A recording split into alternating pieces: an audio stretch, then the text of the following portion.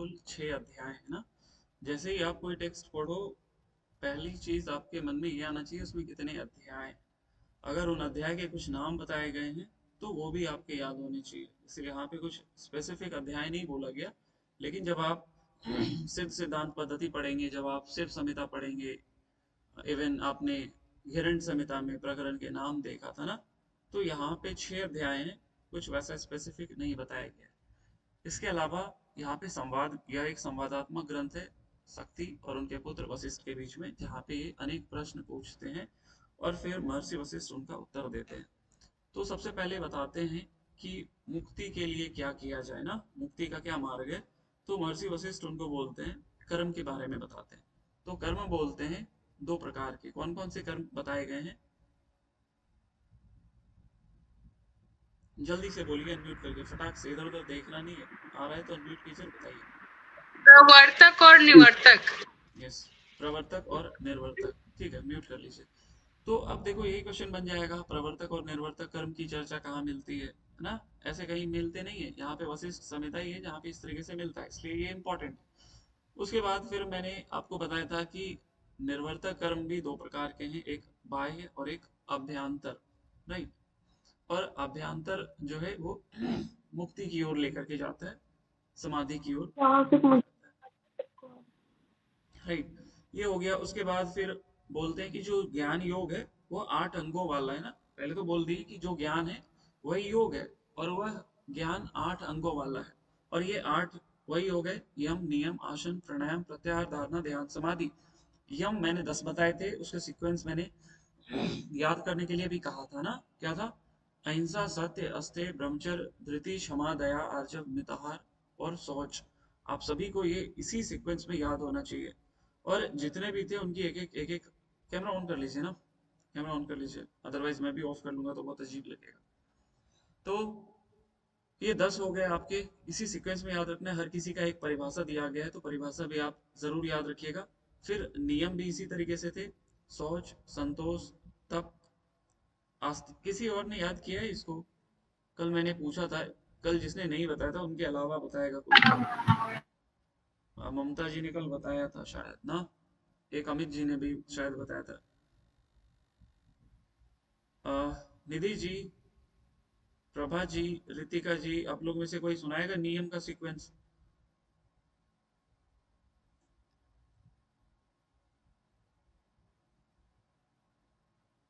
कोई नहीं? अनम्यूट कर लीजिए प्रभा।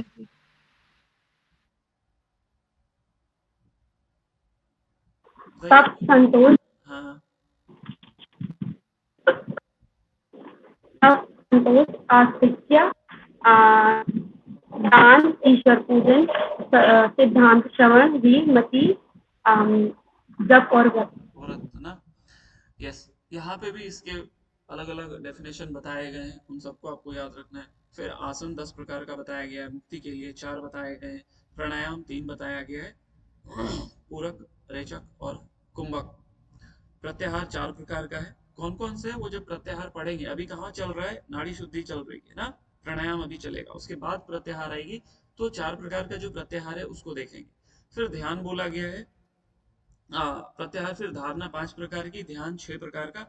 6 में भी क्या बताया गया? 2, एक सगुन एक निर्गुण, राइट। और वहां पे फिर सगुन के 5 बताए गए, आगे हम लोग पढ़ेंगे इसके बारे में। फिर हम लोगों ने और डिटेल में पढ़ा था प्राणायाम के बारे में, सॉरी नाड़ियों के बारे में पढ़ा था। उसके पहले मैंने कंद का स्थान और देह मध्य का स्थान बताया था। दीक्षा जी आप कल थे क्लास में, आप मुझे देह मध्य का बताएंगे, कहाँ पे बताया गया उसका स्थान? पूजा देवी जी, अंशु जी, निधि जी, आप लोग में से कोई बताएगा देह मध्य कहाँ बताया था मैंने?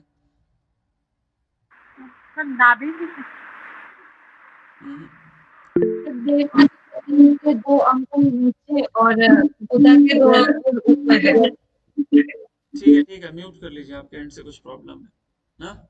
हाँ, आपने जो बोला वैसे मैंने सुन लिया।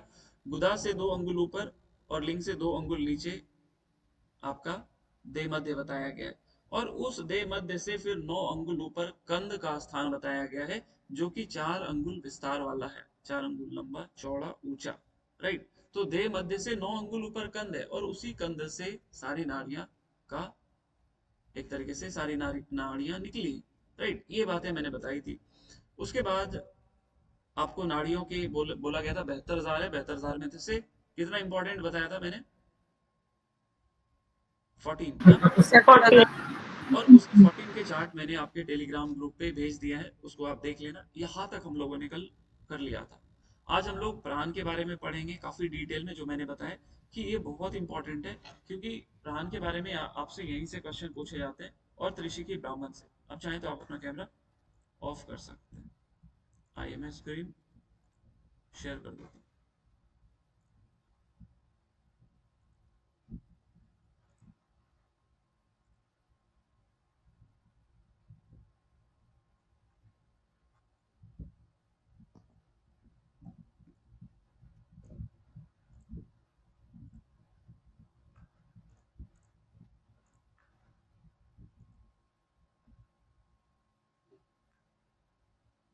50% अटेंडेंस हो गया 2 महीने में। चलिए, ओके, आवाज आ रही है और स्क्रीन प्रेजेंट हो रहा है तो एक बार कंफर्म कर दीजिए। Yes sir. Yes sir. चलिए, तो हम लोगों ने ये भी देखा था ना, शरीर का माप 96 अंगुल बताया गया है। ये सारी चीजें हम लोगों ने देख ली थी। ये भी देख लिया था कुंडली पे औ से लेकर के अक्षा तक लिखा हुआ है ना। ये सारी चीजें हम लोगों ने देख लिया था। इनके स्थान मैंने आपको भेज दिए थे, इसके स्थान को देख लीजिएगा, वो काम हो जाएगा। अब आते हैं यहाँ पे, बात करते हैं प्राण के बारे में ना। ये हो गया यहाँ तक, ये हो गई जीवाएं।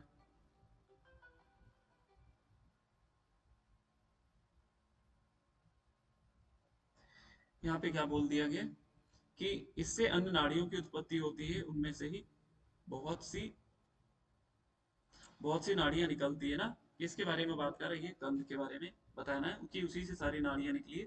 और ऐसा लगता है पीपल के सिराओं जैसा ना, जैसे पीपल का पत्ता हम लोग देखते हैं तो उसमें जो जब ये सूख जाता है ना, कैसा एकदम एकदम हल्का हल्का लाइनिंग लाइनिंग दिखता है, उसी प्रकार नाड़ियों की चर्चा भी मिलती है अन्य जगह ना। तो आप उसको उसी प्रकार समझना कि ऑल्दो ये जैसे क्या है, ये शारीरिक शरीर में ना, और नाड़ियों का जो स्थान बताया गया वो आपके प्राणिक शरीर में है ना। प्राणिक शरीर में नाड़ियों का स्थान बताया गया। तो ये ठीक वैसा ही लगता है जैसे पीपल के पत्ते में कैसा दिखता है उसका नर्व्स, मिड रिवर वेन्स वगैरह वगैरह ना। अब यहाँ से शुरू होता है प्राण के बारे में। इसको अच्छे से पढ़कर याद कर लीजिए, बहुत इंपॉर्टेंट है, क्वेश्चन काफी पूछे जाते हैं यहाँ से। क्या बोला गया? प्राण, अपान, समान, उदान, व्यान और नाग, कुर्म, कृकर, देवदत्त और धनंजय, ये 5 मुख्य प्राण हो गए, ये 5 उप प्राण हो गए। अब इनका स्थान बताया जाएगा ना। क्या बोला गया? ये तो हो गया प्राण, अपान, समान, उदान, व्यान, नाग, कुर्म, कृकर, देवदत्त, धनंजय। अब आगे फिर क्या बोला गया? एते नाड़ीषु सर्वासु चरंती दस वायव। एते नाड़ीषु, इन 72,000 नाड़ियों में, सर्वासु, सर सर्व मतलब हर हमेशा क्या करता है? चरंती, चरता रहता है। ये 10 वायु जो है ना, ये इन पूरी नाड़ियों में हमेशा विचरण करता रहता है। एतेषु वायव पंच मुख्या, इनमें से भी, एतेषु वायव मतलब इन वायु में क्या है? पंच मुख्या, 5 मुख्य हैं। कौन कौन? प्राणाद्य स्मृता, प्राण आदि, ये याद रहे। तो प्राण आदि क्या हो गया? प्राण, समान, अपान, उदान, व्यान, ये 5 मुख्य हैं। किन में से? एतेषु वायव मतलब ये 10 प्राण में, आई मीन 10 प्राण में ये 5 मुख्य है, प्राण आदि। फिर क्या बोला गया? तेषु मुख्यतम प्राण, और उनमें से भी मुख्य क्या है? प्राण है। और फिर क्या बोला गया? प्राण के, नहीं सॉरी, ये हो गया कि तेषु मुख्यतम मतलब इनमें से भी जो मुख्य प्राण है ना, उनका स्थान कहाँ कहाँ बताया गया? ये देखो, कंध स्याध मतलब कंध के नीचे, प्रतिष्ठित मतलब वहां पे प्रतिष्ठित है। कंध का स्थान मैंने बताया था कि गुधा से 2 अंगुल ऊपर, लिंग से 2 अंगुल नीचे, ये कंध है। और इसी के नीचे, इस कंध के नीचे ही किसका स्थान है? प्राण का स्थान है। जनरली हम लोग जानते हैं कि मेढ्र में, लिंग में, गुदा में अपान मिलता है, समझिए इस बात को ध्यान से। लेकिन अगर आपसे पूछा जाएगा कि कंध के निचले हिस्से में कौन सा प्राण है, तो आप प्राण बोलोगे। ये पूछा जा सकता है डायरेक्टली ना, कि कंध के नीचे के भाग में कौन सा प्राण विद्यमान है। फिर आप कंफ्यूज हो जाओगे कि वहां पे अपान है। लेकिन अगर आप एक और बात का ख्याल करोगे, तो मैंने आपको गोरक्ष संहिता में बताया था कि प्राण को श्व कहते हैं और इसीलिए इसको मेड्र भी कहते हैं। और मेड्र हम लोग जानते हैं लिंग प्रदेश में। और आप थोड़ा बहुत भी अंदाजा लगाओगे तो ये कंध के नीचे का भाग और लिंग बहुत डिफरेंस नहीं है। और यहीं पे स्वादिष्ठान चक्र बताया गया ना, स्वादिष्ठान चक्र वही है। तो वही बातें यहाँ पे भी बोली जा रही है, इस बात को समझिए। अगर आ रहा है समझ में तो ठीक, नहीं तो एक दो बार वीडियोस को देखना, आप गोरख संहिता को क्लियर करना, फिर आपको ये बातें समझ में आएंगी ना। यहाँ पे भी कंध के नीचे में अपान बताया गया, सॉरी प्राण बताया गया। और हम लोगों को गोरख संहिता में इनडायरेक्टली बताया गया था कि प्राण को स्व बोले हैं और उसका स्थान कहाँ है, स्वादिष्ठान में। याद रखिएगा ये चीज। ओके, इसके बाद फिर क्या बोला गया कि चरत्यासे, चरता है, विचरण करता है, कहाँ का, नासिका, हृदय और नाभि मंडल। राइट, ये तीन हो गए। ऊपर एक कंध के निचले भाग, तो कंध के निचले भाग नासिका, हृदय, नाभि मंडल। और फिर क्या बोला गया, पाद अंगुष्ठे अपि, पैर का अंगूठा। ये याद रखिएगा, पैर का अंगूठा। अब देखो, पैर के अंगूठे में प्राण पूछेगा तो आप बोलोगे प्राण। अगर आपसे पूछा जाएगा कि दाएं पैर के, राइट पैर के टो में कौन सी नाड़ी है, तो आप क्या बोलोगे, बताओ, याद किया किसी ने, यशस्विनी। राइट, राइट पैर के टो में क्या है, यशस्विनी। लेफ्ट पैर के टो में क्या है, लगता है किसी ने याद नहीं किया। हस्तजीवा, हाँ? हस्तजीवा, हस्तजीवा। बाकी लोगों को नहीं याद आ रहा है क्या? जी हस्तजीवा। हस्तजीवा। हस्तजीवा। अब देखो, अंगूठा में कौन सा प्राण है, तो प्राण बोलोगे। अब पूछेगा दाएं पैर के अंगूठे में कौन सी नाड़ी है, तो यशस्विनी बोलोगे। लेफ्ट पैर के अंगूठे में तो हस्तजीवा। इस तरीके से आपको धीरे धीरे याद करते रहना पड़ेगा। राइट, अब देखो, यही पैर का अंगूठा पूछ लेगा त्रिशिकी में, तो कौशिकी वहां पे बताया गया। तो अभी वहां पे नहीं जाएंगे, यही होता है, धीरे धीरे जब आप पढ़ते जाओगे ना तो फिर ये आराम से याद हो जाएगा। ओके, तो ये 5 स्थान जो हो गए, कहाँ का, कंध के निचले भाग में, नासिका, हृदय, नाभि मंडल और पैर का अंगूठा। बहुत इंपॉर्टेंट है, इसके आते हैं स्थान, याद रखिएगा। आगे बढ़ते हैं, आगे फिर अपान की बात करते हैं। तो अपान में क्या बोला गया, ये देखो, अपानो मेड्र, अपान मेड्र में बताया गया, पायु गुदा में, और क्या बोला गया, उरु, उरु कल बताया था मैंने, जंगा ना, उरु मतलब जंगा। और वृषण अंडकोश, और जानू मतलब घुटना। यहाँ यहाँ क्या बोला गया है, अपान का स्थान कहाँ का, लिंग प्रदेश, मेड हो गया, गुदा हो गया, उरु हो गया, अंडकोश हो गया, जानू हो गया, जंघा हो गया। आगे फिर क्या बोला गया, जंगो, और अलग करेगा तो, करिएगा तो क्या होगा, उदरे ना, जंघोदरे मतलब जंघा और उदर। चौकट्याय मतलब कटी प्रदेश, कमर में, पेट हो गया उधर, कटी हो गया। और नाभि मूले चौतिष्ठति, नाभि के मूल में अपान है। देखो ये बहुत इंपॉर्टेंट है, नाभि मूल पूछा जाएगा तो आप अपान बोलोगे, और नाभि मंडल पूछा जाएगा तो आप प्राण बोलोगे। ये बात एकदम ठहरा लीजिए अभी ही, ताकि मैं पूछूंगा ना कल, जैसे मैंने आपको बताया था। आप बताओ, सर्व पाप विनाशनम किसका लाभ मैंने बताया था, सर्व पाप विनाशनम, पद्मासन। पद्मासन। जल्दी बताइए बाकी लोग। मयूरासन, मयूरासन।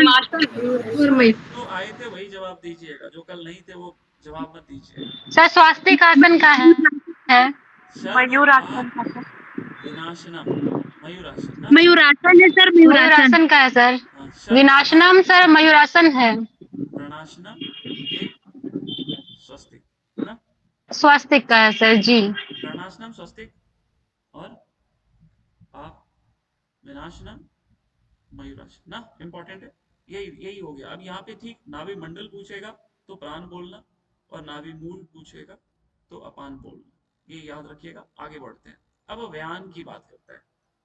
ये याद करते चलिए साथ में, केवल सुनते नहीं रहिएगा। 2 बार 3 बार मैं बोल देता हूँ, उससे भी बहुत याद हो जाता है। अब देखो व्यान के बारे में क्या बोला गया, मैंने पहले ही दिन बताया कि वशिष्ठ संहिता पढ़ेंगे आपको बहुत प्रैक्टिकल लगेगा, और इसमें बहुत डिटेल में ये बातें बताई गई है। और बेहतर है कि आप इन सब चीजों को अभी क्लियर कर लेंगे ना, तो पढ़ने में आनंद आएगा फिर जब आप उपनिषद को पढ़ोगे। तो ये टेक्स्ट को आप ईमानदारी से पढ़ना, इसीलिए मैं उस क्लास की वीडियो अच्छे से बना करके फिर से मैं डाल दूंगा। ओके, व्यान के लिए क्या बोला गया, श्रोत्र अक्षि मध्य, स्रोत कान हो गया, अक्षि मध्य मतलब आंख के बीच में, तू क्रिकट्याम गुल्फयोरपि, ये क्या हो गया, ग्रीवा स्थान। और गुल्फ, देखिए सामान्यतः हम लोग एड़ी बोलते हैं गुल्फ को, ये मैंने बताया भी था, लेकिन ग्रंथ जहां जहां आप देखोगे ना, दोनों टखना ही लिखा गया है। और कहीं कहीं इसको टखना, गुल्फ को हम लोग टखना भी बोलते हैं। टखना क्या होता है थोड़ा सा बता देता हूँ। देखो ये आपकी क्या होगी, पैर होगी ना, तो ये एड़ी बोलते हैं इसको, इसको बोलते हैं टखना। तो कहीं कहीं गुल्फ इसको भी बोला जाता है और गुल्फ इसको भी बोल दिया जाता है, राइट। तो दोनों आप समझ लेना। लेकिन अगर कहीं पे भी जैसे आसन में गुल्फ लिखा तो देख लीजिएगा कि किसके बल आप बैठ पा रहे हैं, इसका मतलब वो वाला गुल्फ हो गया ना। यहाँ जैसे टखना लिखा है, अन्य जगह भी आपको मैं दिखा दूंगा टखना लिखा हुआ मिलता है। तो यहाँ पे आप गुल्फ याद रखिएगा, गुल्फ हो गया। और घराने नाक में, गले गला में, अक्षी जैसे आंख में, क्या बता दिया गया है, व्यान बताया गया। ये इंपॉर्टेंट है, एक एक बात यहाँ पे बहुत इंपॉर्टेंट है। सामान्यतः हम लोग प्राण अपान समान उदान व्यान का तो जानते हैं, राइट। हृदय में, नाभि में, गुदा प्रदेश में, कंठ में, संपूर्ण शरीर में, यहाँ पे बहुत डिफरेंट है। अब उदान के लिए क्या बोला गया है, उदान है सर्व संधि, सभी संधियों में। डायरेक्ट क्वेश्चन देगा, सर्व संधियों में कौन सा प्राण है, राइट। दे देगा सभी हड्डियों में कौन सा प्राण है, संधि मतलब सॉरी ज्वाइंट्स ना, संधि मतलब ज्वाइंट्स, राइट। सर्व संधि, सभी संधियों में कौन सा प्राण है, तो आप उदान बोलोगे। फिर क्या बोला गया, पादयो पैर में, और हस्तरयो अपि हाथ में। तो सभी संधियों में, जोड़ों में, पैर में और हाथों में उदान है।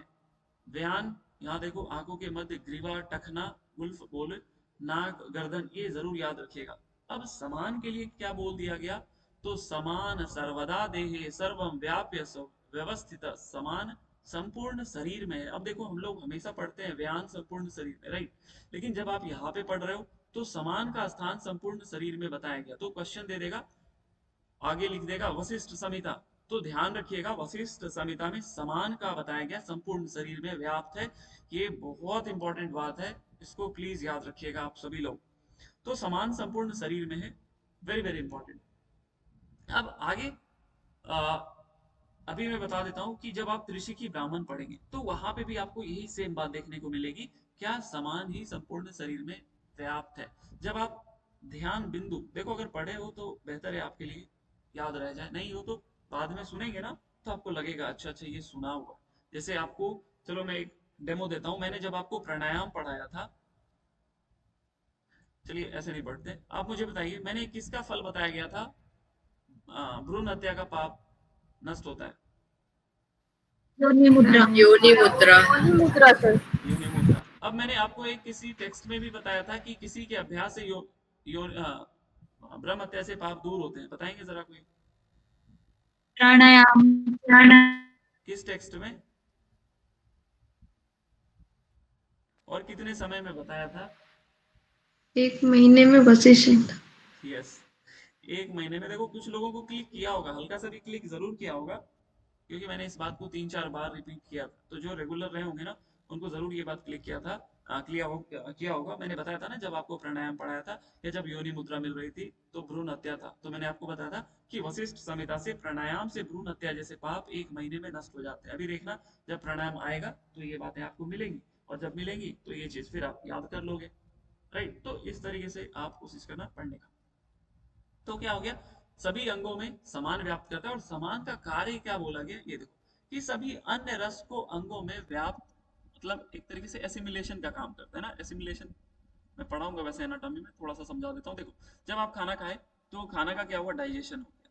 अब डाइजेशन के बाद क्या होता है, उसका एब्जॉर्प्शन होता है ना, उससे न्यूट्रिएंट्स बॉडी एब्जॉर्ब करती है। और जब एब्जॉर्ब हो जाती है तो क्या होता है, उसको अलग अलग बॉडी पार्ट्स में पहुंचाएगा ना, तो इस पहुंचाने की प्रक्रिया को एसिमिलेशन कहते हैं। वही बात यहाँ पे बोला गया कि सभी अन्न रस को अंगों में व्याप्त, अंगों में जो व्याप्त है उसको क्या करता है, पहुंचाने का काम करता है, राइट। तो समान क्या हो गया, एक तो संपूर्ण शरीर में व्याप्त रहता है, और संपूर्ण शरीर में व्याप्त है तो जाहिर सी बात है कि वही तो एसिमिलेशन का काम करेगा। ऐसे समझ लो आप मोटा मोटी, वही हो गया। आगे बढ़ते हैं। आगे फिर क्या बोला गया, द्विसप्तति सहस्त्र नाड़ेशु नाड़ी मार्गेशु संचरण, की 72,000 नाड़ियों में क्या होता है, ये वायु संचरण करता है। कौन, समान वायु, राइट। देहम व्याप्य व्यवस्थित है, ये एकमात्र समान वायु ही संपूर्ण शरीर में स्थित है, याद रखिएगा। अगर हम लोग गोरख संहिता की बात करें तो कौन सा प्राण है संपूर्ण शरीर में, व्यान। व्यान। उदान। व्यान, व्यान, उदान गले में बताया तो व्यान है सर। व्यान। ओके, अब आगे क्या बोला गया, देखो यहाँ पे प्राण खत्म हो गया ना, 5 प्राण पड़े, पांचों के स्थान देख लिया आपने। उम्मीद है याद रखेंगे आप। आगे फिर क्या बोला गया, नाग आदि वायव, नाग आदि, तो नाग आदि क्या हो गया, जैसे प्राण आदि बोला तो प्राण अपान समान, तो नाग आदि बोला तो नाग कुर्म कृकल देवदत्त धनंजय, तो क्या हो गया, नाग आदि वायव पंच त्वगस्थादिषु संस्थिता, संस्थिता ना, तो ये पांच जो है ये कहाँ है, अपन नाग आदि वायु ये कहाँ है, अस्थि में ना, ये कहाँ है, त्वक, त्वक मतलब त्वचा हो गया, सस्थि मतलब हड्डी में हो गया, मतलब आदि बोला तो ये पूरा नहीं, बट अगर पूछा जाएगा कि त्वचा और हड्डी में कौन सा उप प्राण है, देखो ये नाग एक यहाँ पे ऐसा बता दिया गया है कि जिसके स्थान बताए गए, आज से अगर आपने कभी पढ़ा भी होगा तो आप सोचोगे तो आपको कभी मिलेगा नहीं कि क्या किसी उप प्राण का स्थान बताया गया ना, अगर आप डिटेल में बहुत बारीकी से पढ़े होंगे तभी आपको पता चलेगा। तो आपको क्वेश्चन दे देगा वशिष्ठ संहिता के अनुसार कौन सा उपप्राण, उपप्राण आपके त्वचा में है, आपके अस्थि में है, तो याद रखिएगा नाग है, ये भी बहुत इंपॉर्टेंट, एक एक बात मैंने बताया ना कि अगर प्राण से क्वेश्चन आएंगे तो यहीं से ही आएंगे, सामान्यतः कहीं भी इतनी डिटेल में नहीं लिखा है, इसलिए इसको एक एक को बहुत बारीकी से आप पढ़िए। तो त्वचा और अस्थि में क्या हो गया, नाग हो गया। नाग का एक कार्य मैंने बताया था किसी टेक्स्ट बुक में, क्या बताया था बताइए, उद्गार, चैतन्यता, चैतन्यता बताया था, कहाँ पे बताया गया ये बात, हिरण्य संहिता, राइट, नाग से चैतन्यता आती है, और नाग का स्थान कहाँ बताया, त्वचा और अस्थि में, वशिष्ठ संहिता के अनुसार, ये भी याद करते चलिए कहाँ कहाँ क्या पढ़ रहे हैं आप। ओके, अब आगे फिर क्या बोला गया कि श्वास प्रश्वास खांसना आदि किसका कार्य है, तो यह अपान का है, राइट, यह अपान का है, और वायु मल मूत्र क्रिया जो भी करते हैं ये सब अपान का है ना, ये सब सॉरी ऊपर पे ये छूट गया, श्वास प्रश्वास प्राण का है और मल मूत्र विसर्जन अपान का है, राइट। और इसको मैंने एक बात बताया था कि अगर आपसे प्राण का डायरेक्शन पूछे तो प्राण का डायरेक्शन अपवर्ड है, अपान का पूछे तो डाउनवर्ड है, समान का पूछे तो सर्क्यूलर है, राइट, ये प्राणों के डायरेक्शन रहते हैं, इसको भी आप याद रखिएगा। तो श्वास प्रश्वास आपके प्राण से रिलेटेड है, मल मूत्र आपके अपान से रिलेटेड, राइट। और फिर क्या बोला गया कि देखो ये अच्छे से देखिए क्या बोला गया, मलमूत्र विसर्जन है, और छोड़ना लेना चेष्टा आदि, मतलब श्वास लेना और छोड़ना जो चेष्टा है ये व्यान का कार्य बताया गया। अगर आपने छांदोग्य उपनिषद पढ़ा होगा ना, छांदोग्य उपनिषद, तो जहां पे आप वो पढ़ते हैं ना प्राण अपान समान उदान, वहां पे जो बताया गया ना, तो क्या बोला गया है कि व्यान ही वाणी है, राइट, व्यान ही वाणी है, एक जगह बताया गया, और व्यान का स्थान क्या बोला गया कि प्राण अपान के बीच में, इसकी संधि जहां होती है, राइट, एग्जैक्टली यस, इसकी संधि जहां होती है वहां पे व्यान का स्थान बताया गया है, तो ये वहां पे बताया गया ना छांदोग्य उपनिषद में। तो थोड़ा बहुत जो है ना ये मिलता जुलता है, यहाँ पे क्या बोला गया कि जो लेना और छोड़ना, जो श्वास लेना और छोड़ना है, इसका जो चेष्टा है ये किसका बोला गया, ये व्यान का बोला गया। तो उप प्राण में देखो एक अभी नाग का मिल गया, संधि और त्वचा, उसको याद रखिएगा, वो ज्यादा इंपॉर्टेंट है। ओके, शरीर का उत्थान उदान का कार्य बताया गया, समान का कार्य बताया गया था रसों को अंगों में भेजना ना, अन्न रस जो है उसको अंगों में भेजना, उदान का क्या बोला कि शरीर का उत्थान करता है, और शरीर का पोषण अगेन समान, राइट, जो चीज भेजेगा एसिमिलेशन करेगा वही रिस्पॉन्सिबल होगा ना शरीर का पोषण, तो शरीर का पोषण क्या कौन किया, समान, सभी संपूर्ण शरीर में कौन है, समान, अन्न रस को कौन पहुंचाता है, समान, तो देखो कितने सारे हो गए, तो क्वेश्चन क्या बनेगा, समान का इनमें से कौन कार्य नहीं है, या समान से संबंधित नहीं है, तो खास करके नेट वाले दें या नहीं दें, मैं तो जरूर ऐसे क्वेश्चन दूंगा क्योंकि मैं आपको ऐसे पढ़ा रहा हूँ, राइट, तो इस तरीके से जरूर याद रखिएगा। ओके, अब सारी सुना सुनाई चीज आप पढ़ोगे, रिवीजन होगा आपका। उद्गार आदि डकार आदि किसका है, नाग का है। फिर क्या बोला गया, उन्मीलन आदि कुर्मस्य, पलक झपकना, उन्मीलन करना कुर्म का है, उद्गार डकार नाग का है। क्षुत क्रिकश, क्षुधा और पिपासा, ये टेस्ट में मैंने दिया था, ये किसका है, क्रिकर का ना, हाँ, देवदत्त का विप्रेंद्र जम्भाई ना, राइट, देवदत्त विप्रेंद्र तंद्री इंद्री ना, तंद्री कर्मेति कृत्य, ये जम्भाई हो गया, तंद्रा हो गया, नींद आने से पहले की जो स्थिति होती है ना, जब आपको नींद आती है तो पहले जमाई आती है, मोटी मोटी ना, लंबी लंबी जमाई आती है, फिर आपको नींद आती है, वही बोला गया। विप्रेंद्र तंद्रा कर्मेति कीर्ति है ना, तो ये है क्या क्या, जमाई, नींद वगैरह वगैरह। और धनंजय शोषादि सर्वकर्म प्रकृतित्व, शुष्कता, शुष्कता किसका है, धनंजय का। अब देखो यहाँ पे दो उपप्राण आपको, सॉरी, हाँ कितना, हाँ एक दो हाँ तीन उपप्राण आपको मिल गए ना। एक धनंजय से क्या बताया गया, शुष्कता, और फिर क्या बोला गया ऊपर, नाग का अस्थि और त्वचा ना। तो ये याद रखिएगा, दो इधर एक इधर।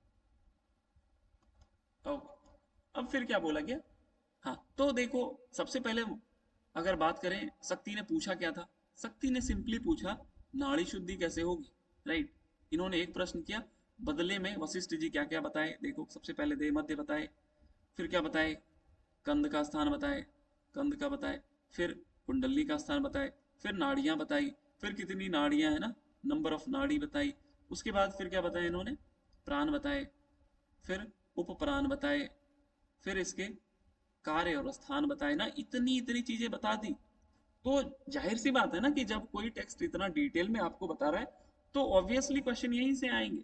तो इसीलिए इसको बार बार पढ़ना, बार बार पढ़ना, नहीं पढ़ेंगे तो यकीन मानिए कभी याद नहीं होगा। जिन लोगों को एग्जाम से 10 दिन पहले अगर आप पेपर 4 को देने जा रहे होगे, आज इतनी सारी नई बातें आपको पता चल रही होगी, तो फिर आपकी स्थिति मैं समझ सकता हूँ ना। और यही होता है कि आपने कभी ऐसे पढ़ा नहीं, 10 हफ्ते दिन बाद आपका पेपर है, तो अब हो सकता है थोड़ा बहुत आपका कॉन्फिडेंस भी डाउन हो रहा होगा, बट इट्स ओके, कोई बात नहीं। जो नहीं पढ़ा नहीं पढ़ा, बट अब जो मैं हिंट कर देता हूँ ना उसको आप जरूर ध्यान रखिएगा। ओके, आगे फिर क्या बोला गया, आइए पढ़ते हैं। तो ये नाड़ियों में क्या हो गया, ये प्राण उपप्राण विचरण करते हैं, और इसी नाड़ियों का शोधन करना है, इसी नाड़ियों का शोधन करना है। क्यों करना है, देखो मैंने इसको बहुत बार बताया कि नाड़ियां आपकी मल से रहित है, इसमें क्या है, ऊर्जा का प्रभाव है। कैसा ऊर्जा, प्राण शक्ति, चित्त शक्ति, इनका क्या है, प्रवाह है। यही चीज बैलेंस करेंगे, कैसे बैलेंस करेंगे, ईड़ा और पिंगला को बैलेंस करके। और ये बैलेंस कब होगा, जब आप इनमें जो प्राण विचरण कर रहा है इसको खींच करके कहाँ लाओगे, अपने कंद स्थान में, अपने कुंडली में। तो कुंडली में जब उतनी ऊर्जा इकट्ठा होगी, कितनी ऊर्जा, जो इन नाड़ियों में बह रही थी, राइट, आप सजग थे, आपकी चेतना प्रवाहित हो रही थी। तो प्रत्याहार में क्या बोला गया कि गेरंड संहिता में पढ़ाया था मैंने, कि जो चेतना, जो ऊर्जा आपकी इंद्रियों में व्याप्त है, इंद्रियों में, आंखों से आप देख रहे हो, कानों से आप सुन रहे हो, त्वचा से आप महसूस कर रहे हो, तो ऊर्जा का प्रवाह तो कंटिन्यूअसली हो रहा है ना। लेकिन जब आप प्रत्याहार करते हो तो प्रत्याहार में क्या करते हैं, इन ऊर्जा को एकत्रित करते हैं, और यह एकत्रित होगी, इतनी एनर्जी यहाँ पे इकट्ठा होगी जितनी, जैसे अगर डैम बनता है तो अगर वो टरबाइन उतनी तेजी से नहीं घूमेगा तो उसमें करंट कभी इंड्यूस्ड नहीं होगी, कभी उतनी तेजी से वो टरबाइन नहीं घूमेगा तो बिजली उत्पन्न ही नहीं होगी। इन द सेम वे इस कुंडली के जागरण हेतु उतनी ऊर्जा तो होनी चाहिए। उतनी ऊर्जा होगी कैसे, प्रत्याहार से होगी। और प्रत्याहार कब होगा, जब नाड़ियां शुद्ध होगी। और नाड़ियां कब शुद्ध होगी, जब आप नाड़ी शुद्धि करोगे। तो नाड़ी शुद्धि के बाद जब आप प्राणायाम करेंगे, प्राणायाम करेंगे, तो ये आप एक तरीके से क्या कर रहे हैं, उन ऊर्जा को ठहरा रहे हैं। कहाँ पे ठहरा रहे हैं, इस कुंडली में ठहरा रहे हैं। और जो ये ऊर्जा यहाँ पे आएगी, उसी दौरान आपके केवल कुंभक लग जाएंगे। केवल कुंभक क्या होगा, जब आप पूरक और रेचक नहीं कर रहे हैं, इसको बोलते हैं केवल कुंभक। तो जब केवल कुंभक की प्राप्ति होगी, आपकी प्राण रुक जाएगी, उसी दौरान ईड़ा और पिंगला बैलेंस हो जाएगा। और जैसे ही ईड़ा पिंगला बैलेंस होगा, प्राण का प्रवाह सुषुम्ना में होगा। और जब एक बार प्राण का प्रवाह सुषुम्ना में हो जाएगा, उसके बाद ही कुंडली विचरण करेगी। और कुंडली को जागृत करने के लिए हम लोग मुद्रा का अभ्यास करते हैं। इसीलिए आपको हट प्रदीपिका, हट रत्नावली, सभी जगह ये देखने को मिलेगा कि मुद्राओं का पूर्ण प्रयास कुंडली को जागरण करने के लिए करना है। ठीक जैसे आप चाबी से ताला खोलते हो तो मुद्राओं के अभ्यास से वो कुंडली जागृत होगी। इसीलिए चाहे आप मूल बंद करो, आप महाबंद करो, महामुद्रा करो, महावेद करो, इनडायरेक्टली सबका लाभ देखते हैं। जरा मरण नाश, और जरा मरण नाश कब होगा? जब आपकी कुंडली जागृत हो जाएगी, राइट? क्यों? क्योंकि जब आपकी कुंडली जागृत हो जाती है तो इसके बाद जो आपकी स्थिति रहती है, आपको पता चल जाता है ये मोह, ये माया ना, आपके अंदर समत्व का भाव आ जाता है। तो जब आपके अंदर समत्व का भाव आ जाता है तो आपको पता चल जाता है कि ये सारी चीजें माया है। तो आपको जान जाते हो कि मृत्यु सत्य है, जो कुछ भी है सत्य है, आप उसको स्वीकार कर लेते हैं। तो जरा मृत्यु का नाश यहाँ पे ये नहीं है कि आप आजीवन जीवित रहेंगे, इसका मतलब होता है यहाँ पे दीर्घायु। और दीर्घायु वही हो गया ना कि आप जरा मृत्यु नाश हो गया, मतलब सामान्यतः जितना कोई व्यक्ति जी रहा था उससे ज्यादा जी रहा है, उसी को तो बोलते हैं। सेंस वही है, जरा मृत्यु नाश। ये नहीं समझना कि अमर हो गया, राइट? तो ये सारी चीजें आप जरूर याद रखना। आगे बढ़ते हैं, चलिए। आवाज था बराबर? जी सर, थोड़ा धीरे करिए ना, फास्ट हो रहे। ओके, ठीक है। एक्चुअली मैंने इसको बहुत बार बता चुका था, इसीलिए मैं जस्ट रिकॉल करा ना, इसलिए मैंने बोला कि पहले की वीडियोस आप जरूर देखिएगा ना। पहले की वीडियोस में मैंने बहुत आराम से इसको समझाया। इनफैक्ट जहां जहां ये मिला है, नाड़ी वाली चीजें, कुंडली वाली चीजें, मैंने इसको बताया है। ओके, तो धनंजय का कार्य शुष्कता, डायरेक्ट आपको दे देगा। शुष्कता किसे संबंधित है? तो धनंजय से, राइट? ये जरूर याद रखिएगा। अब आगे फिर क्या बोला गया? पूर्ण प्रयास से आप नाड़ी शोधन करेंगे। अब नाड़ी शोधन की क्या विधि बताई गई है, आइए इसको समझते हैं। सामान्यतः जो आप नाड़ी शुद्धि देखते हो ना, हर जगह वही देखने को मिलती है, राइट? हर जगह वही देखने को मिलती है। अब यहाँ पे क्या बोला गया, देखो, नाड़ी शुद्धि से पहले आपको एक कुछ कुछ बातें बताई गई है। ये क्वेश्चन शायद इस बार आया था, अभी जो पेपर कैंसिल हुआ 18 को। क्वेश्चन ये था कि वशिष्ठ संहिता में नाड़ी शुद्धि से पहले क्या क्या करना बताया गया है, राइट? नाड़ी शुद्धि से पहले क्या क्या करना बताया गया है। तो अभी हम लोगों ने देखा, सबसे पहले आसन, उसके बाद अभी ये देखने जो जा रहे हैं ना, देवालय वगैरह, ये क्वेश्चन वहां पे दिया था, शायद याद आ रहा है किसी को पेपर दिया था तो? मिताहार और आसन सर। हाँ, ये भी अभी देखने को मिलेगा ना। वही बात बोला कि यहाँ पे क्या करना है आपको, फल मूल जल आदि से क्या करना है, जाकर के एक तरीके से पूजा करना है। कहाँ? देवालय में, राइट? पूजा करने के लिए बता दिया गया है। आगे फिर मठ का स्थान बताया गया है। जैसे आपने हठ प्रदीपिका पढ़ा, गिरिन संहिता पढ़ा, राइट? हर जगह मठ का स्वरूप बताया गया। उसी प्रकार यहाँ पे क्या बोला गया? सुशोभनम, सुशोभित मठम मठम कृत्वा, अच्छा सुंदर मठ बना करके क्या करना है? सर्व रक्षा समन्वितम, सभी रक्षाओं से, राइट? जो वहां पे आप के लिए अनिवार्य हो ना, कि हर प्रकार से आप बाहरी चीजों से बच सके ना, बाहरी विघ्न से।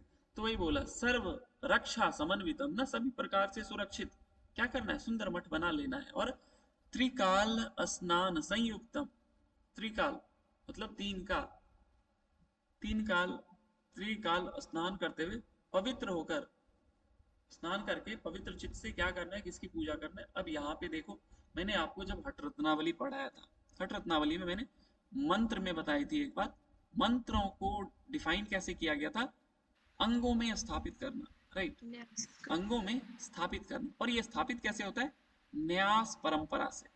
न्यास के लिए मैंने आपको गिरिन संहिता में बताया था कि न्यास परंपरा क्या है, कि जब आप अंगों में मंत्रों को स्थापित करते हैं, लाइक ये एक तांत्रिक प्रैक्टिस है ना, जैसे आप अंगों में मंत्रों को कैसे स्थापित करते हैं? अंगूठा के लिए मंत्र होगा ओम अंगुष्ठाभ्याम नमः, तर्जनी के लिए ओम तर्जनीभ्याम नमः, राइट? इस तरीके से मंत्रों को अंगों में स्थापित करना, ये जो परंपरा है, ये जो ट्रेडिशन है, इसको हम लोग न्यास बोलते हैं। और इसी को मंत्र योग भी कहते हैं। तो मंत्रों की न्यास विधि, राइट? ये विधि वही होगी, ट्रेडिशन हो गया। मंत्रों की न्यास विधि से शरीर को स्थिर कर लेंगे, सीधा कर लेंगे, मतलब स्थापित कर लिए मंत्र को, अब शरीर सीधा हो गया। उसके बाद आप भस्म लगा लो, कोमल आसन बिछा लो, किसका? कुश का या मृग चर्म का बिछा लेना है, राइट? अभी नाड़ी शुद्धि शुरू नहीं हुई, अभी उसकी प्रक्रिया चल रही है ना। पहले क्या बोला? आप देवालय जाओ, पूजा करो, उसके बाद आप मंत्रों से को अंगों में स्थापित करें, उसके बाद कुछ बिछा करके, मृग चर्म बिछा करके सीधा बैठ जाए। अभी भी कंप्लीट नहीं हुआ है। फिर देखो क्या बोला, गणपति की अच्छी प्रकार पूजा करें। तो क्वेश्चन बनेगा नाड़ी शुद्धि से पहले किस भगवान की पूजा करने के लिए बोली गई है? तो गणपति। यहाँ पे श्लोक में वैसे देखें तो विनायकम, हम लोग जानते हैं ना सिद्धि विनायक, राइट। तो विनायकम सुसंपूज्य फल मूलोदकादिवि, फल मूल आदि से क्या करना है? पूजन करना है। इष्ट देवम गुरु नत्वा तत्र प्रारभ्य चासनम, और इष्ट देव को नमस्कार करके क्या करना है? आसन पे बैठ जाना है। अब अभी भी खत्म नहीं हुआ, ये देखो, प्रांगो मुखो दक्ष मुखो, यह तो उत्तर मुख, यह पूर्व मुख। ये सेम चीज आपको गैरंट संहिता में बताई गई थी ना। पूर्व की ओर उत्तर की ओर बैठना है, कैसा? पद्मासन। तो ये हो गया, देखो नाड़ी शुद्धि आ गई, पद्मासन। अब आइए शुरू करते हैं नाड़ी शुद्धि की बात। हट प्रदीपिका में किस आसन में था नाड़ी शुद्धि? बद्ध पद्मासन। गैरंट संहिता में पद्मासन। बताइए, पद्मासन। कौन सी नाड़ी शुद्धि? सामनु। हट रत्नावली में कौन सा आसन था? बताइए। बद्ध पद्मासन। और कोई कुछ जल्दी बोलिए।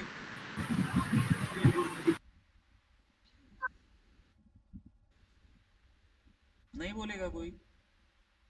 स्वस्तिकासन। सर उसमें बद्ध पद्मासन सुखासन भी था शायद। उसमें 3 आसन थे ना, सिद्धासन था, 3 तरह के थे। हाँ, सिद्धासन आसन बद्ध पद्मासन, पद्मासन, स्वस्तिकासन। स्वस्तिकासन। और बद्ध पद्मासन। 3 आसन बताए गए, इंपॉर्टेंट है, ध्यान रखिए इस बात को, राइट। हट प्रदीपिका में केवल बद्ध पद्मासन, गिरंट संहिता में पद्मासन, राइट। हट रत्नावली में सिद्धासन, स्वस्तिकासन, बद्ध पद्मासन। अगर गोरक्ष संहिता में पूछे तो बताओ, गोरक्ष संहिता में क्या है? पद्मासन। बद्ध पद्मासन ना, उसको देखिएगा, अच्छे से याद हो जाना चाहिए। अब यहाँ पे क्या बोला गया पद्मासन में? अब कितनी सारी बातें कर दी। देखो सबसे पहले क्या बोला? देवालय जाओ, राइट, देवालय जाओ। फिर क्या करो? न्यास करो।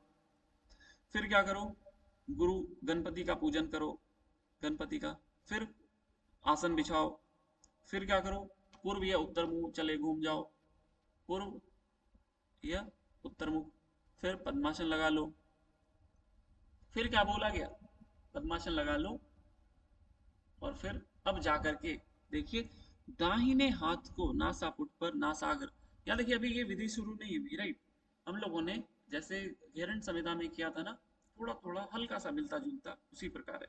क्या बोला गया कि दाएं हाथ पे नासापुट को लगाना है, मतलब दाएं हाथ को केवल नासापुट पे लगा करके नासिका के अग्रभाग पे ज्योति का ध्यान करना है, ठीक है। ज्योति का ध्यान करना है नासिका के अग्रभाग पे। अभी पूरक रेचक कुछ नहीं हुआ है, समझिए ध्यान से। पद्मासन में बैठ गया, दाएं हाथ को नासापुट पे रख लिया है, और हेलो, चंद्रमा का ध्यान करने के लिए बोला गया ना, चंद्रमा की ज्योति का ध्यान करने के लिए बोला गया। दाएं हाथ को मतलब क्या हो गया, आप समझो उस तरीके से। मैंने एक विधि बताई थी ना, कैसे थंब को कहाँ रखते हैं? राइट नॉस्ट्रिल, राइट, और रिंग फिंगर को रखते हैं लेफ्ट नॉस्ट्रिल।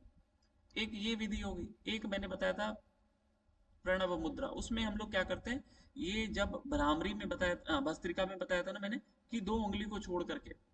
देखो प्रणव मुद्रा मैंने कैसे बताया था कि एक अंगूठा रहेगा, और दूसरा कौन सा बोला है मैंने? लिटिल और रिंग फिंगर ना, यही बोला ना। बीच वाला 2 में बंद हो जाती है, इंडेक्स एंड मिडिल, ये बंद हो जाती है। अंगूठा और लिटिल फिंगर और रिंग फिंगर ये रहती है आपकी अलग अलग नॉस्ट्रिल पे। ये आ रहा है सभी को समझ में? मैं वीडियो ऑन करके दिखा दूं? क्लियर है सर। ओके, तो ये हो गया ना। तो यहाँ पे सिंपल क्या बोला? दाएं हाथ को नासापुट पे लगा करके, राइट। तो ये हो सकता है विधि जो ऊपर बताया मैंने, या तो ये हो सकता है। क्लियर नहीं बताया, सिंपल बोल दिया, दाएं हाथ को नासापुट पे रख लेना है, और चंद्रमा का ध्यान करना है नासिका के अग्रभाग पे। उसके बाद फिर क्या बोला गया कि वम बीज अक्षर का नेत्रों के बीच ध्यान करना है, राइट। वम का याद रखिएगा, वम का। अब पूरक रेचक शुरू होगा। लेकिन यहाँ पे क्या है कि सिंपली बोला गया है लेफ्ट से आप 12 मात्रा पूरक करेंगे, राइट। इतना ही बोला, बाकी जगह रेचक कुंभक सब बोला गया, लेकिन मात्रा नहीं बताई गई। और इसी को क्या बोल दिया गया? 12 मात्रा। 12 मात्रा से नाड़ी शुद्धि बताई गई। बात 12 मात्रा प्राणायाम प्राणायाम हो गया पूरक रेचक कुंभक, जिसमें होगा कि वो प्राणायाम ही होगा, समझिए इस बात को। तो 12 मात्रा प्राणायाम से क्या होगा, नाड़ी शुद्धि होगी। ये बातें आपको आगे मिलेंगी देखने को, ठीक है। फिर देखो यहाँ पे कोई मात्रा नहीं बताया गया, तो इसलिए ये इंपॉर्टेंट नहीं होगा। बस यहाँ पे जो क्वेश्चन बनेंगे ना, आप यही याद रखना कि 12 मात्राओं से क्या बोला गया, ईड़ा से पूरक करना है। हम लोगों ने गोरख संहिता में एक रेशियो देखा था, बताइए जरा, तो क्या था? ओमकार प्राणायाम 12 12 16 10। 12 16 10। देखो अगर आप समझदार होंगे तो आप समझ जाएंगे कि इनडायरेक्टली यही बोल रहा होगा कि 12 मात्रा से क्या करो, पूरक करो, 16 मात्रा कुंभक करो और 10 मात्रा रेचक करो। लेकिन ऐसा लिखा नहीं है, इस बात को समझिए ध्यान से। ऐसा लिखा नहीं है, लेकिन आप विवेक से समझ सकते हैं कि ये ठीक वही है। लेकिन यहाँ पे इसको ओमकार प्राणायाम नहीं बताया गया है। गोरख संहिता में भले इसको ओमकार बोला गया, ऑल दो वशिष्ठ संहिता में मिलेगा हम लोगों को ओमकार प्राणायाम, लेकिन ओमकार प्राणायाम यहाँ पे जो होगा वो होगा 16 64 32 वाला। क्या हम लोगों को 16 64 32 वाला ओमकार प्राणायाम कहीं और मिलता है क्या? घेरंडी संहिता। बहुत बढ़िया, घेरंड संहिता में भी मिलता है ना। इंपॉर्टेंट है ये सारी बातें, पहले का लेक्चर नहीं लगाओगे बहुत प्रॉब्लम होगा, मैं फिर बता रहा हूँ। ओके, तो यहाँ पे क्या बोला गया, अब ये इंपॉर्टेंट नहीं है क्योंकि यहाँ पे रेशियो की चर्चा नहीं की गई, सिंपली 12 मात्रा से पूरक कर लिया। फिर क्या बोला गया, पूरक करने के बाद ज्वाला का युक्त मतलब अग्नि का बीज मंत्र रम है, तो रम का ध्यान करेंगे, राइट, रम का ध्यान करेंगे। और फिर क्या करेंगे, कुंभक करेंगे और फिर धीरे धीरे पिंगला से रेचक कर देंगे। तो क्या किया, लेफ्ट से इनहेल किया, राइट से एक्सेल कर दिया, दैट्स इट। बस ये है कि 12 मात्रा यहाँ लिखा हुआ है। फिर क्या बोला गया, पुनः दाएं पिंगला से क्या करेंगे, पूरक करेंगे। देखो यहाँ पे रेशियो नहीं लिखा, बुद्धिमानी योगियों को ईड़ा से धीरे धीरे रेचन कर देना। तो मतलब क्या, सिंपली पहले ये बताया, लेफ्ट इधर है, राइट इधर है, इधर से इनहेल हुआ, इधर से एक्सेल हुआ, फिर इधर से इनहेल हुआ, इधर से एक्सेल हुआ। विधि सारे टेक्स्ट में नाड़ी शुद्धि की सेम मिलेंगी, रेशियो का फर्क पड़ेगा, बस इससे ज्यादा नहीं। यहाँ पे 16 64 12 16 10 कुछ भी नहीं बताया गया, सिंपली याद रखिएगा 12 से पूरक बताया गया, किसमें, नाड़ी शुद्धि में। ये नाड़ी शुद्धि की बात चल रही है अभी। अब आगे फिर क्या बोला गया, ये देखो ये रेचक हो गया ना ईड़ा से, यहाँ कंप्लीट हो गया ये एक राउंड।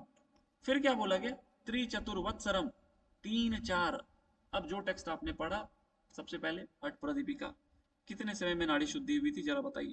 3 महीने से अधिक। 3 महीने से अधिक, कुछ अधिक। घेरंड संहिता में ऐसा कुछ था नहीं? 3 महीना। नहीं, घेरंड संहिता में नहीं था। हठ रत्नावली में 3 महीने से। 3 महीने। गोरख संहिता में 3 महीने। बताइए। महीने।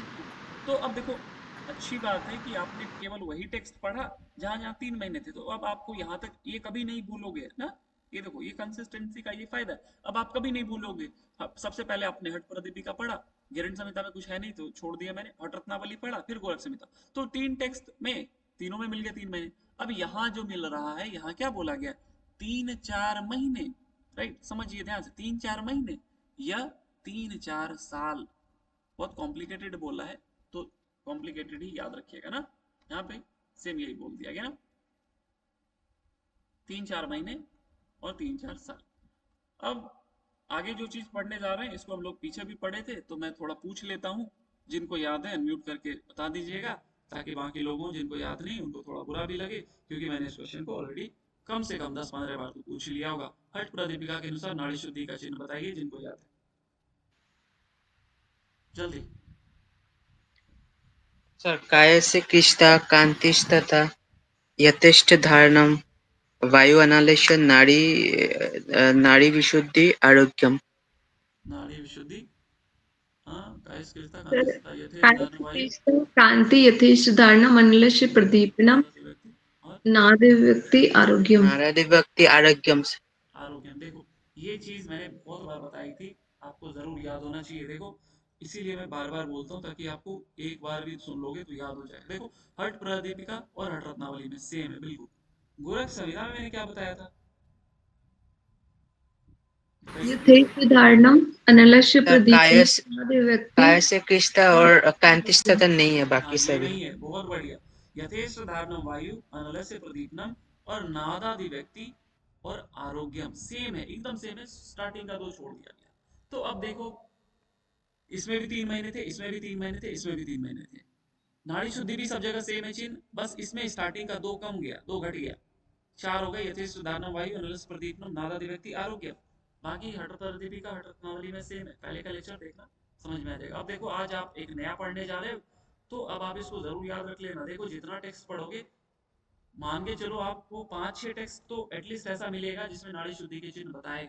अब यहाँ पे क्या बोला गया देखो, नाड़ी शुद्धिम आपनोति, जब आपकी नाड़ी शुद्ध हो जाएगी तो पृथक चिन्होपलक्षिताम, तो पृथक अलग अलग चिन्ह लक्षित होंगे, आपके शरीर पे दिखाई देंगे। क्या क्या दिखाई देगा, ये देखो।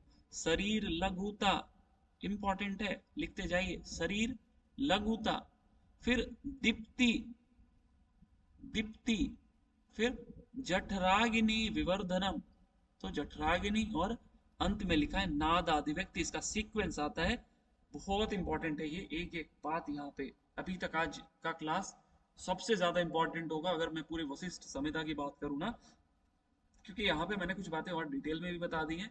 तो इसको जरूर 2 बार 3 बार इस वीडियो को जरूर देखिएगा। सर बताइए। सर इसमें नाड़ी शुद्धि जो 3-4 वर्ष या 3-4 महीने में, तो ये 36 बार यत्न पूर्वक अभ्यास करना। 36 बार हो गया ना, वो 3 बार करने के लिए बोला ना, 12 12 12 अच्छा। राइट। 3 मात्रा प्राणायाम त्रिकाल 3 बार बोला ना, प्रतिदिन 3 बार करने के लिए बोला गया ना यहाँ पे त्रिकाल। तो 12 12 12 36 मात्रा हुआ। आया समझ में? जी सर। ओके, आगे बढ़ते हैं। तो ये जरूर याद रखिएगा। देखो यहाँ पे 4 चिन्ह है, गोरख संहिता में भी 4 चिन्ह है, राइट। फर्क इतना है कि ऊपर वाला हट प्रतिपिघला 2 गायब है, बाकी 4 है। यहाँ पे बिल्कुल अलग है। शरीर लघुता, दीप्ति, नादादि व्यक्ति, और सॉरी जठराग्नि और नादादि व्यक्ति। कल मैं जरूर पूछूंगा, जितने लोग यहाँ पे है ना, मैं एक बार देख लिया जितने लोग हैं, सतर्क हो जाइए जो लोग जवाब नहीं देते, कल मैं पूछूंगा। तो ये सारे चिन्ह दिखाई देते हैं साधक के ऊपर पे, राइट। इससे नाड़ी शुद्धि, पृथक पृथक चिन्ह, अभी जो हम लोगों ने देखा वही हो गया ना। हल्कापन, कांति, जठराग्नि और नाद का आविर्भाव इंपॉर्टेंट है। दूसरा अध्याय यहाँ पे समाप्त होता है। उम्मीद है आपको ये अच्छे से समझ में आ गया होगा। कल जो लोग क्लास नहीं किए थे, मैं एक बार बता देता हूँ कि कल की वीडियो में आवाज नहीं आई, कुछ प्रॉब्लम हो गया था। उस वीडियो को मैं दोबारा से रिकॉर्ड कर करके अपलोड कर दूंगा, उसको आप देख लेना। ओके, तृतीय अध्याय की बात करते हैं। अब देखो यहाँ पे ओमकार युक्त प्राणायाम बताया जा रहा है। ओमकार युक्त प्राणायाम की बात अगर हम लोग गोरख संहिता में करें तो क्या बोला गया, 12 16 10, लेकिन वशिष्ठ संहिता में 16 64 32 को बताया गया है ओमकार प्राणायाम। इंपॉर्टेंट है, आइए पढ़ते हैं। तो अब बोलते हैं, मैं ओमकार प्राणायाम का वर्णन कर रहा हूँ, ध्यान से सुनना। तो प्राण अपान का उचित संयोग प्राणायाम कहा जाता है, ये हम लोग जानते हैं भी सामान्यतः ना। देखो प्राण अपान का संयोग प्राणायाम क्यों कहेंगे, इसको थोड़ा सा मैं बता देता हूँ। मैंने कल इसको बताया था, जो लोग थे क्लास में उनको समझ में आएगा थोड़ा बेहतर तरीके से ना। आप श्वास, और ये पर श्वास है, तो ये श्वास गया, श्वास छोड़ा, तो ये क्या है, मान लो जैसे मैंने बताया था ना कि प्राण की गति ऊपर की ओर, अपान की नीचे की। तो ये क्या हो रहा है कि ये कभी ठहर नहीं रहा है, लेकिन जब आपके केवल कुंभक लगेंगे, केवल कुंभक लगेंगे, तो ये प्राण या तो यहाँ रुक जाएगा या तो यहाँ रुक जाएगा ना, या तो अंतरंग या तो बहिरंग कुंभक, कुछ भी लग सकता है। ऐसा कुछ सर्टेन नहीं है कि बहिरंग लगेगा या अंतरंग लगेगा, शायद किसी ने पूछा भी था ये बात, तो कहीं पे भी लग सकता है। तो प्राण और अपान, यही जब इसका संयोग होगा तो उसको हम लोग प्राणायाम बोलेंगे, राइट। प्राणायाम का अगर एक्चुअल मीनिंग देखा जाए ना, तो हम लोग बोलेंगे केवल कुंभक। क्यों? क्योंकि देखो अगर योग को बोलते हैं, योग क्या है, तो योग को बोलते हैं समाधि। क्यों? क्योंकि यह इसका अल्टीमेट उद्देश्य है। उसी प्रकार अगर प्राणायाम बोला जाएगा तो आप हमेशा केवल कुंभक बोलोगे, केवल कुंभक। क्यों? क्योंकि प्राणायाम का एक्चुअल तो हम लोग केवल कुंभक की प्राप्ति के लिए कर रहे हैं, अभी इसको बताया। तो अक्सर हम लोग कभी कभी उसके उद्देश्य को ही बोल देते हैं, जैसे योग का अर्थ समाधि हो गया। क्यों? क्योंकि वो समाधि की प्राप्ति के लिए करते हैं। यहाँ पे केवल कुंभक।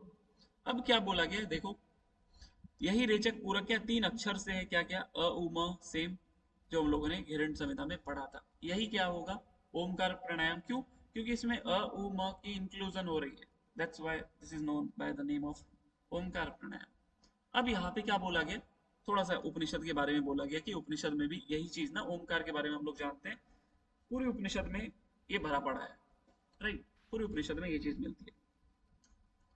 यहाँ पे ये इंपॉर्टेंट है, यहाँ से ये इंपॉर्टेंट शुरू होता है। अभी जो कुछ भी ऊपर पढ़ा आपने वो एक एक लाइन इंपॉर्टेंट थी, अब यहाँ से प्राणायाम से बहुत इंपॉर्टेंट बातें शुरू होती है। देखो हम लोग घेरन संहिता में बात किए थे, तो घेरन संहिता में पूरक रेचक कुंभक था, ठीक है, पूरक रेचक कुंभक था, और वहां पे देवता बताए गए थे ना। तो पूरक के लिए आपको ब्रह्मा बताया गया था, कुंभक के लिए विष्णु बताया गया था, और यहाँ पे शिव या शंकर बता दिया गया था ना, रुद्र बता दिया गया था। किसमें? रेचक में। तो यहाँ पे क्या बताया गया? यहाँ पे देवता नहीं बताए गए, यहाँ पे देवियां बताई गई है। तो आपसे पूछा जाएगा कि वशिष्ठ संहिता के अनुसार किस पूरक के दौरान किस देवी का ध्यान करने के लिए बोला गया है? ये आता है क्वेश्चन, राइट, याद रखिएगा। ये पूछ लिया जाएगा कि किस देवी की चर्चा नहीं मिलती है ना, कुछ भी पूछा जा सकता है। तो यहाँ पे क्या बोला गया? औकार मूर्ति एशाम रक्तांगी। अब देखो इनका रक्त वर्ण बताया गया है ना, किनका? गायत्री, जो आगे भी हम लोग पढ़ेंगे, राइट। तो एक रक्तांगी, हंस वाहिनी और दंड हस्ता। तो पूछ लिया जाएगा कि इनमें से कौन सा गायत्री से संबंधित है या कौन सा नहीं है, ऐसे ही दे देगा। रक्तांगी, हंस वाहिनी, दंड हस्ता, शूल हस्ता, वृषभ धारिणी, वृषभ वाहिनी, चक्र धारिणी। तो क्वेश्चन बनेंगे। तो आपको पता होना चाहिए कौन कौन सी बातें गायत्री से संबंधित है, कौन कौन सी सावित्री से, जो अभी हम लोग आगे पढ़ेंगे। तो यहाँ पे क्या क्या बोला गया? ये रक्तांगी, ये जरूर याद रखिएगा, रक्त वर्ण, हंस वाहिनी, दंड हस्ता, हाथों में दंड बताया गया, सती बाला, सती बाला मतलब 16 साल की बाला बताया गया, और इनका नाम गायत्री बताया गया। ये क्या है? पूरक की देवी बताई गई है, राइट। तो पूरक की देवी कौन? गायत्री हो गई ना। तो इसको याद रखना है। क्लियर है सभी को? बोलिए। आइए आगे देखते हैं। हाँ, इसको जरूर याद रखिएगा, ये इंपॉर्टेंट रहेगी एक बात। अब बात करते हैं उकार की। तो उकार मूर्तिश वस तथा युवती शुक्ल विग्रह। तो इनको शुक्ल वर्ण युक्त बताया गया है। किनको? इनको युवती बताया, वहां पे बाला लिखा हुआ था, मतलब बालिका, कन्या, राइट। यहाँ पे युवती बताया गया। देखो कहीं पे उम्र की चर्चा नहीं मिलती, लेकिन ग्रंथाकार अपने हिसाब से लिख देते हैं 16 वर्ष, 30 वर्ष। तो देखो अगर आप ये ईयर याद कर लो तो ठीक है, बट ये जरूर याद रखना कि युवती किसके लिए बोला गया है, बाला किसके लिए बोला गया है। इंपॉर्टेंट है एक एक बात यहाँ पे। फिर क्या बोला गया? गरुत्वम दाहिनी, गरुड़ वाहिनी है ना, गरुड़ पे चलती है, और चक्रधारिणी। तो देखो वहां पे क्या था? दंड हस्ता, राइट, रक्त वर्ण, यहाँ पे युवती, वहां पे बाला। ये छोटे छोटे चीज याद रखिएगा, यही चीज आती है एग्जाम में ना। ओके, तो ये हो गए। अब बात करते हैं मकार की। ये उकार की देवी थी। मकार के लिए क्या बोला गया? शुक्ल वर्ण। सर देवी का नाम क्या था? देवी के लिए यहाँ पे कुछ बोला नहीं गया है, बस चक्रधारिणी बोल दिया गया है ना, जैसे गरुड़ वाहिनी। यहाँ पे प्रॉपरली देवी के लिए नहीं बोला गया ना, देवी का नाम नहीं बताया गया, सिंपली युवती। यहाँ पे एक तरीके से आप ये समझ लो कि देवी के नाम मिसिंग है, लेकिन हम लोग जान सकते हैं कि इनडायरेक्टली ये लक्ष्मी जी की बात की जा रही है यहाँ पे ना, बट लिखा नहीं है, ये बात मैं फिर बोल देता हूँ। ओके, मकार की बात करें तो यहाँ पे शुक्ल वर्ण बताया गया है, इंपॉर्टेंट है, इसको याद रखिएगा। सावित्री देवी का नाम, और इनको त्रिलोचना। तो क्वेश्चन बनेगा त्रिलोचना जो है, त्रिलोचना वो किसके लिए यूज किया गया है? बाला, युवती, वृद्धा। क्यों? क्योंकि यहाँ पे वृद्धा बताया गया है, इनको वृद्धा बोला गया। वृषभ वाहिनी, ठीक है। और आगे फिर क्या बोला गया? एक सेकंड, तो ये हो गया इनके बारे में, सावित्री के बारे में। इनके बारे में दो बातें और है। देखो ये माहेश्वरी भी लिखा हुआ है, सरस्वती भी लिखा हुआ है। तो क्वेश्चन क्या बनेगा यहाँ से बहुत डिटेल में, कि संबंधित नहीं है ना, कि वृद्धा या सावित्री, राइट, सावित्री से संबंधित नहीं है, उसमें महेश्वरी भी दे देगा और सरस्वती भी दे देगा। यहाँ पे इनको बोला गया ना, ये देखो, ये सरस्वती, ये माहेश्वरी ना, ये बताई गई, पश्चिमा नाम से भी जानी जाती है। तो ये देखो बहुत छुपा हुआ बात है। तो वही बोला, महेश्वरी तूषा प्रोक्ता पश्चिमाचा प्रकीर्तिता। ये तीनों बात याद रखिएगा, इंपॉर्टेंट है। चलते हैं आगे अगले श्लोक में। ओके, तो ये तीन अक्षर, तीन कारण कहे गए हैं। इन्हीं तीनों के मूल कारण को हम लोग यहाँ पे प्रैक्टिस करते हैं प्राणायाम में। अब फिर क्या बोला गया है? हाँ, इस प्राणायाम को हम लोग ओके आज यही तक रहने देते ना, क्योंकि आगे नया टॉपिक शुरू हो जाएगा तो फिर गड़बड़ हो जाएगी। आज यही हम लोग रखते हैं। ओके, आइए 5 मिनट सभी लोग सामने।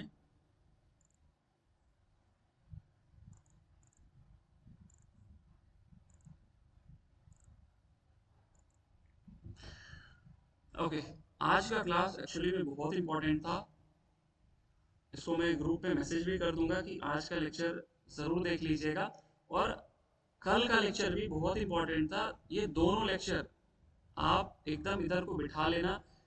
वशिष्ठ संहिता के एक एक यम के बारे में क्या कहा गया है, नियम के बारे में क्या कहा गया है, आसन के क्या लाभ हैं, कंद का, दे मध्य का, एक एक बात इसमें बहुत इंपॉर्टेंट है ना। क्वेश्चन इससे आते नहीं है, लेकिन अब आपने पढ़ा होगा तो आपको पता चल रहा होगा कि अगर इससे क्वेश्चन बनाए जाए तो कितना बेहतरीन क्वेश्चन बनेगा। ये मैंने पहले लेक्चर में बोला था कि इससे क्वेश्चन नहीं बनते हैं ज्यादातर, लेकिन अगर बनेंगे ना तो आप सोच करके भी आंसर नहीं कर पाओगे, क्योंकि आप हमेशा हठ प्रतिपिका ग्रेड संहिता में ही उलझे रहते हैं। आप भूल जाते हैं कि there are 6 more texts to study. ये जरूर याद रखिएगा। कल का लेक्चर मैं हो सकता है कल या परसों तक अपलोड कर दूंगा, होपफुली कल कर दूंगा, मैं ट्राई करूंगा ना। ओके, मिलते हैं कल 8 बजे। जा करके एक एक बात को जरूर पढ़ लीजिएगा, ठीक है ना। ओके, हरिओम। आप सभी को शुभ रात्रि। कुछ क्वेश्चन है तो आप पूछ सकते हो। हरिओम सर। हरिओम।